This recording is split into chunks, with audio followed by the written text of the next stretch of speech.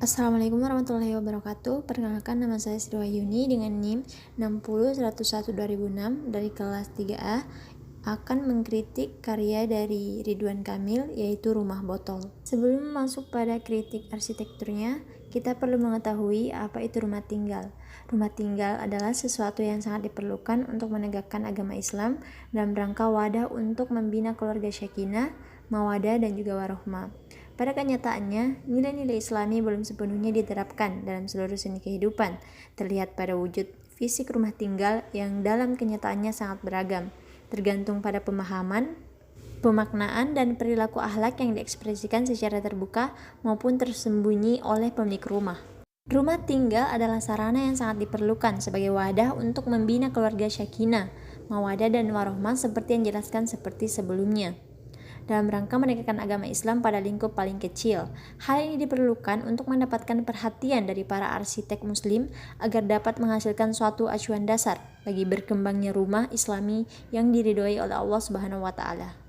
Selanjutnya masuk pada kritik arsitektur itu sendiri, yang dimana di sini saya akan menggunakan metode kritik normatif, yaitu Rumah Botol karya dari seorang arsitek sekaligus politikus Indonesia, yaitu Muhammad Ridwan Kamil.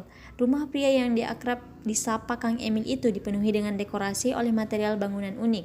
Salah satunya adalah botol minuman energi hunian yang bertempat di Jalan Cigadang Selatan, Bandung. Ini dibangun di atas lahan seluas 373 meter persegi. Secara sekilas, rumah Ridwan Kamil tampak seperti hunian modern minimalis lainnya. Bangunannya didominasi oleh warna gelap seperti coklat, hitam, dan kuning tua, memancarkan aura maskulin modern yang sedap dipandang. Bentuk rumah botol didesain memiliki dua sayap, yakni sayap depan dan belakang, serta di bagian tengah rumah terdapat sebuah taman. Desain ini sengaja untuk bisa menangkap sinar matahari lebih banyak, akibatnya cahaya matahari bisa masuk dari tiga sisi rumah.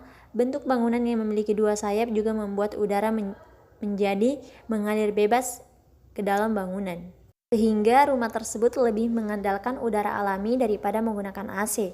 Udara panas di luar juga tidak membuat gerah di dalam rumah, karena udara panas tersebut akan terperangkap di dalam botol-botol bekas yang menjadi dinding-dinding rumah. Selanjutnya, kritik arsitektur menggunakan metode deskriptif, di mana nama bangunan itu sendiri adalah Rumah Botol. Lokasinya di Jalan Cigadung Selatan di Bandung. Arsiteknya yaitu Muhammad Ridwan Kamil. Tahun pembangunan 2005 sampai dengan 2007. Konsep bangunannya sendiri, Kang Emil membangun rumah ini menggunakan konsep green design atau ramah lingkungan. Menurutnya, ramah lingkungan atau green design harus hemat energi dan menggunakan bahan daur ulang, kayak seperti penggunaan botol bekas ini. Selain itu, di tengah-tengah rumah terdapat taman terbuka sekaligus sebagai pembatas dua area pada rumah. Rumah botol karya Ridwan Kamil ini sendiri memiliki berbagai keuntungan dalam setiap penataan ruang, mulai dari ruang yang membutuhkan pasokan sinar matahari yang banyak hingga yang tidak terlalu membutuhkan pasokan sinar matahari yang banyak. Penggunaan botol minuman energi ini merupakan upaya daur ulang sampah yang berserakan di Bandung. Selain itu, rumah Ridwan Kamil pun dikelilingi oleh tanaman hijau, membuatnya tampak asri dan segar. Tidak hanya ramah lingkungan, botol-botol energi yang terlihat mengisi dan mendekorasi eksterior serta interior rumah Kang Emil pun mudah dirawat.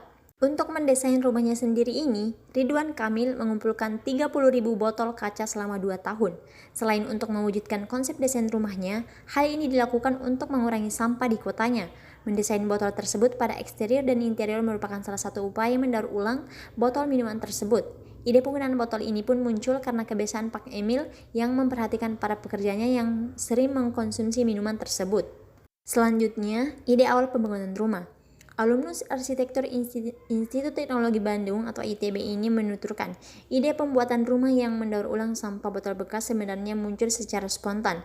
Saat itu pada 2005, pembangunan rumah diawali dengan memasang fondasi. Banyak tukang bangunan yang meminum minuman berenergi dalam kemasan botol untuk meningkatkan stamina. Selesai minum, botol-botol minuman tersebut dibuang begitu saja hingga menumpuk.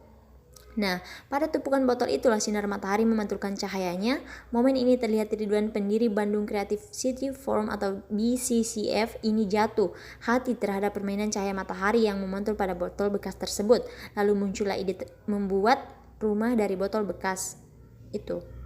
Rumah botol ini dibangun pada 2005 dan selesai pada 2007. Saat ini sudah hampir 6 tahun, Ridwan tinggal di rumah eksentrik yang beralamat di Jalan Cigadung Selatan nomor 28 Bandung ini. Selain unik karena sebagian dinding rumah terbuat dari botol bekas minuman berenergi, rumah itu memiliki kelebihan lain, yakni hemat energi, sekaligus mempraktikkan konsep ramah lingkungan.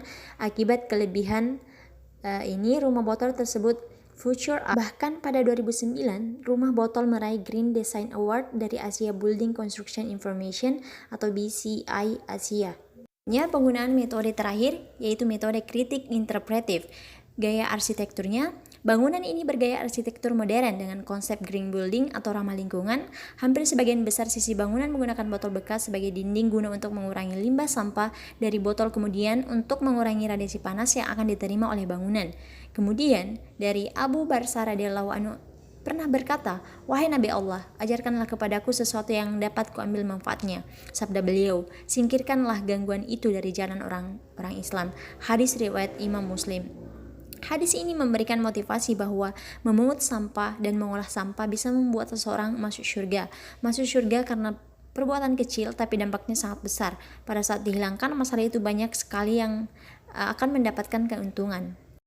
Prinsip-prinsip arsitektur Islam diantaranya ada optimalisasi fungsi, penghargaan pada lingkungan, kebersihan, ekselensi komprehensif, mendukung interaksi sosial yang adil, tidak boleh ada bahaya dan membahayakan, dan yang paling terakhir, tidak membedakan antara pribumi dan juga orang asing.